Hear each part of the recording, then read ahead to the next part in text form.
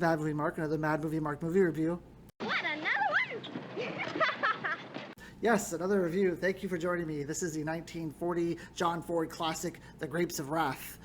This is part of a series where I'm watching all 207 movies that have 100% fresh rating on Rotten Tomatoes. I'll give them all a score of 1 to 10. After I watch them and score them, I will rank them from worst to best. I started in the 1920s silent movie era, and now I'm at 1940s with The Grapes of Wrath. So this movie was directed by John Ford. He won Best Director for it at the Oscars. It also stars Henry Fonda, who plays Tom Joad, Jane Darwell, who plays Ma Joad. She won Best Supporting Actress at the Oscars, and John Carradine, who plays Casey, the ex-preacher. He has been in a lot of movies that we've watched so far, and I'm all for it. He is a great actor, and he's phenomenal in this movie. So this movie, I will come clean, I'd never read the book for this Grapes of Wrath in school. I was in a sector of school where we read The Adventures of Tom Sawyer instead of The Grapes of Wrath. I hear that The Grapes of Wrath is actually a pretty boring book, but when it was brought to screen, it was actually made good and exciting. I don't know, because I've never read the book, but the film, I will say, before I go into it, is absolutely phenomenal. I absolutely loved this movie.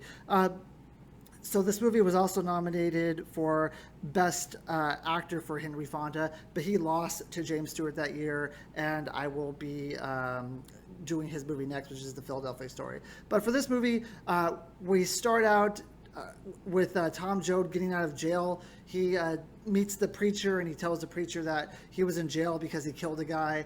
The preacher says he stopped preaching because he kind of lost his faith. He lost his direction.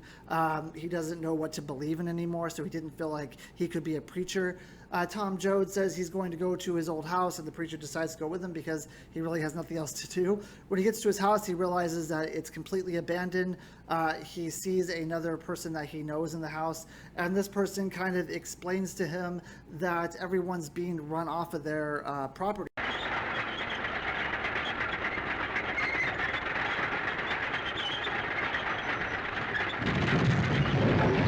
That they're in Oklahoma, and that their property that they were on is now being sold, and they can no longer, even though they own the house, they don't own the property, and they can no longer live there. They have to move on. Tom Joad is obviously shooken up by this. He doesn't know what to think, but he ends up reuniting with his family, and he learns that, in fact, tomorrow they are not only being taken off their property, but they're also being told to keep on going from where they are right now. So they are now a family who doesn't have a place to live. And not only do they not have a place to live, but they're confused because they don't know why they're being asked to leave their property. So they start looking for people to blame, like, who is responsible for this? Who can I go after for this? Who can I be mad at for this? Who can I get revenge on? And this is a normal response that anyone would have. I've had that response before when my family lost our house. We didn't know what was going on. We didn't know who to blame. We didn't know what to do. And, this is one of the first things that goes through your head when something happens that you don't understand. You want to figure out what happened, and you want to get your revenge. Don't go to blaming me. It ain't my fault. Whose fault is it? You know who owns the land, the Shawnee Land and Cattle Company. And who's the Shawnee Land and Cattle Company? It ain't nobody. It's a company. They got a president, ain't they? They got somebody who knows what a shotgun's for, ain't they? They are continuously asked to travel to different places. So the father, sort of not the father ends up passing away, and then one of the family members is able to find a flyer that says, "Come to California, we're hiring pickers. We want you to pick fruits off the vines, and we'll pay you good salaries." So they decide that they're going to load up their truck, and they're going to head to Beverly. Now they're going to load up their truck, and they're going to go to California. They're going to find a really good job. They're going to be able to settle down, and everything's going to be great. So they load up their truck, and they start to go towards California, and they run into kind of like a shanty town. And the guy at the shanty town says, "I've been to California, and trust me, they're not giving good wages. There's like 10,000 people there for 800 jobs. And those who do want to work, they tell you they're going to pay you a lot, and then they pay you nothing." Whatever they got. What's so funny about that? What's so funny about it? I've just been out there. I've been and seen it. I'm going back and starve because I'd rather starve all over at once. Say, what do you think you're talking about? I got a handbill here, says they're paying good wages. And I seen in the papers that they need pickers. But the Joad family, they kind of don't believe it. They don't think that this is actually happening. They think that this guy's just trying to discourage them from going to take these jobs. So they really have no other choice. They have no other option. So they end up going to California. When they get to California, they find a place to work. But this place to work, it's kind of sketchy. They are paying wages, but not nearly what they thought they would get paid. They're getting 5 cents, which is great. But eventually, Tom Joad ends up running into the preacher again. And the preacher says, yeah, we came here too, and they offered us 5 cents to work here, but now they're only giving us 2 cents. And if you stay here too, you're only going to get 2 cents also, because other people are going to come from other places and they're going to have too many people to work. And it's going to be just like that other guy told you, where the workplace is saturated and they can pretty much make whatever price they want. 5 cents? They paying you 5 cents? Sure, we made $1 since midday. Looky, Tom, we come here to work. They tell us there's gonna be 5 cents, but there's a whole lot of us. So the man says 2.5 cents. Tom Joad doesn't believe this so much until something happens where the law ends up coming after them, and Casey gets killed, and the preacher man gets killed, and Tom Joad ends up realizing, you know what, maybe this is true. When Casey is killed, Tom Joad ends up picking up the billy club of one of the officers and hitting him over the head, and then he gets hit as well. So he gets hit on the head, and he's hit pretty badly. So he goes back to the town, and he says, you know, we got to pick up and leave because we're not going to get paid anything, and now the cops are going to be after me because I slugged a cop, and he slugged me, and now they know what to look for. So they end up leaving. They travel, you know, a little bit farther down the road, and they find a place that's finally looks like it's going to be a really nice place to stay. Toilet, showers, wash tubs. You mean we'll have wash tubs with running water? Yes, ma'am. Camp committee call on you in the morning. Get you fixed.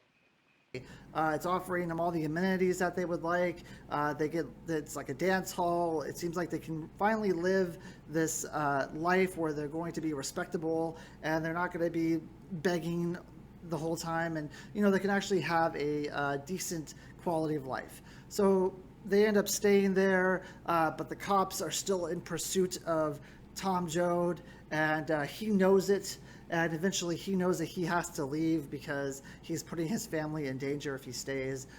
So he ends up leaving, and his family ends up leaving as well, and that's kind of the end of the movie. Is at the end of the movie they're still kind of searching for what they're looking for. You know, they're still trying to overcome obstacles, and you know, and I thought this was a fantastic movie. First of all, this harkens back, everyone's going to say this, it harkens back to 2008, the Great Recession.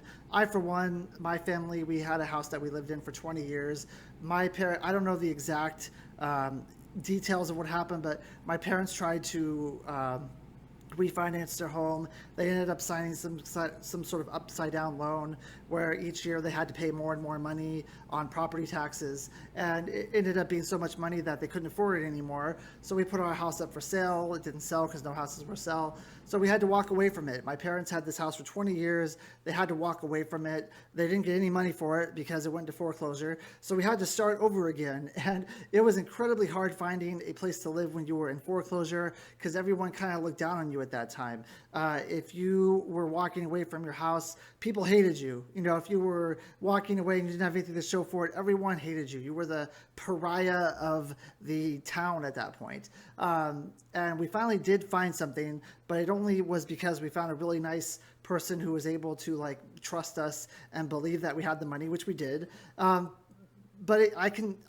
attest to, obviously I didn't have as hard as the Joads, but when you are living on a piece of land or you're living at a house that you are purchasing the house but you don't own the property to necessarily, you can't pay the property taxes, and it gets taken away from you basically out of nowhere. It is difficult. It is a really hard life. You have to suffer with, you know, not only the toll of not having a place to live, but your ego takes a bit of a hit. You know, now you're kind of a wanderer. You have nowhere to go. You don't know where you're going to live. You don't know where your next food's going to come from. And it's just really taxing. And I could tell that it aged my parents quite a bit. The whole ordeal was just terrible on them. And it was terrible on me because I was kind of young and I had to grow up fast because my mom needed me to help her find a place. You know, she was beaten down so hard that she had a really hard time doing anything, like, you know, just living. And I had to step in to try to help her, and it was really difficult. And this brings back all those memories for me of what happened back then, and the feelings that they're talking about, and the feelings that these family members are feeling, they are genuine, you know. I've had plenty of times when I moved places where I didn't know what my job was going to be. I was forced to move. I didn't know where I was going to be, and you know, it's rough. And this movie, I think it talks about it so eloquently, and it deals with these situations so incredibly. The directing, of course, is fantastic. John Ford is a master of shadows. He is a master of setting a scene. And it doesn't hurt that he has Henry Fonda in a movie. You know, he has him in another movie. He realized he struck gold when he did Young Mr. Lincoln. And Henry Fonda is fantastic in this movie. All the characters, all the players are really good in this movie. And as much as people want to say how great Henry Fonda was, because he was, I thought equally as fantastic was John Carradine as Casey. He doesn't have a lot of parts. He's not in the movie a lot. But when he's there, he's a character that you can relate to. He's a character that you can understand. If you've ever had this push and pull inside yourself with religion, where you feel like you don't maybe understand religion anymore, things have happened in your life where you want to totally give up on your religion if you're religious. This is what this man is facing, and he's having a hard time going back to it because of all the hurt and all the suffering that everyone's gone through. I think we've all been there. I've been there a million times, you know, and his character embodies that, and he does a really great job of this coming out and you feeling it. Also, of course, Jane Darwell, who won Best Supporting Actress, she's fantastic in this movie as well, as the caring mother who doesn't know what to do for her family. She's doing the best she can, but she's helpless. She's has nowhere to turn to. She's trying the best she can, and it's heart-wrenching. Everything about this movie is absolutely heart-wrenching, but you can tell that it's true, and you know from 2008 that it can still happen today, which is crazy. You know, this movie was in 1940s, and it's talking about things that could still happen today, which is just mind-blowing. But anyway, I thought this movie was phenomenal. I give it a 9.5 out of 10, and I really hope there's more John Ford movies on this list, because all of them I think so far have at least had a 9, and I'm trying to not be that generous with 9s and 9.5s, but I don't know how I can't, because they're such great movies. Anyway, that is The Grapes of Wrath, and next will be The Philadelphia Story. Thank you. Have a good day.